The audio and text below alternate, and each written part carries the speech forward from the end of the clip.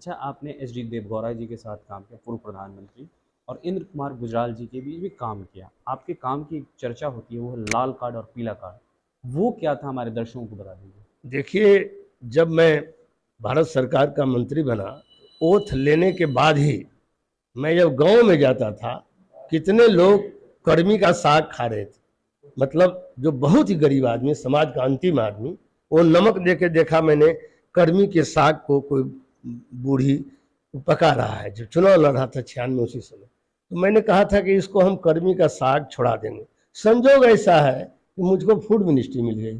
Food ministry मिली तो भोजन मंत्री हो गया, अनाज मंत्री पूरे देश का। तो हमको लगा 2 रुपये किलो गेहूँ, 3 रुपये चावल, जितने गरीबी रेखा के नीचे रहने वाले लोग हैं, तो हम चूंकि एस्टिमेट नहीं बना सकते थे फूड मिनिस्ट्री, तो उस समय मधु दनवते साहब डिप्टी चेयरमैन थे प्लानिंग कमीशन। योजना आयोग ही देगा कि बीपीएल है कितना पूरे देश में, पूरे कंट्री में।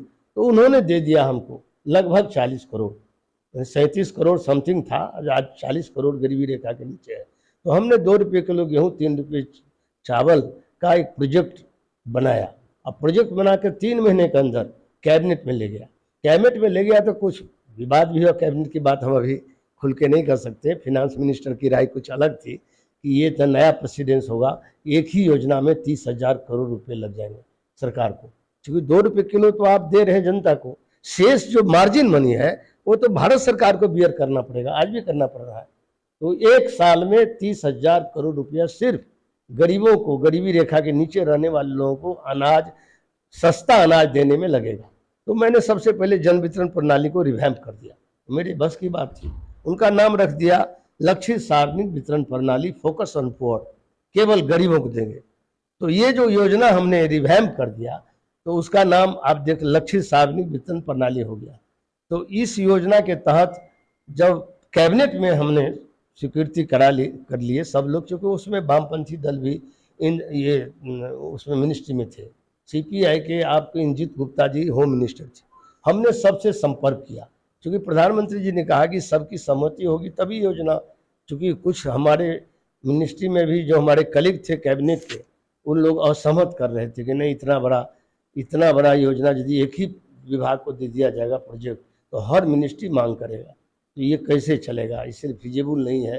कुछ लोग इस राय थी।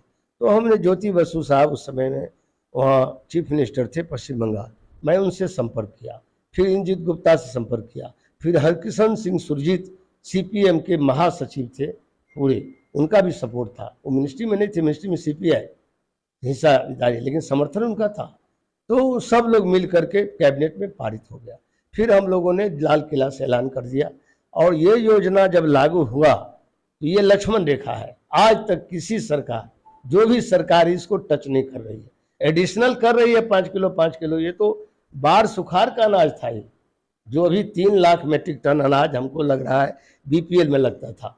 2 रुपये किलो गेहूँ, 3 रुपये चावल, और 3 लाख मेट्रिक टन बाढ़ के लिए, चक्रवात तूफान उड़ीसा में आ जाए तो क्विंटल का क्विंटल अनाज देना पड़ता है। कालाहांडी में वहाँ भुखमरी हो जाती है। यहाँ बाढ़ आप देखते होंगे, महानंदा से लेकर उत्तर बिहार में जितनी नदियाँ, 21 जिले बाढ़ से प्रभावित है।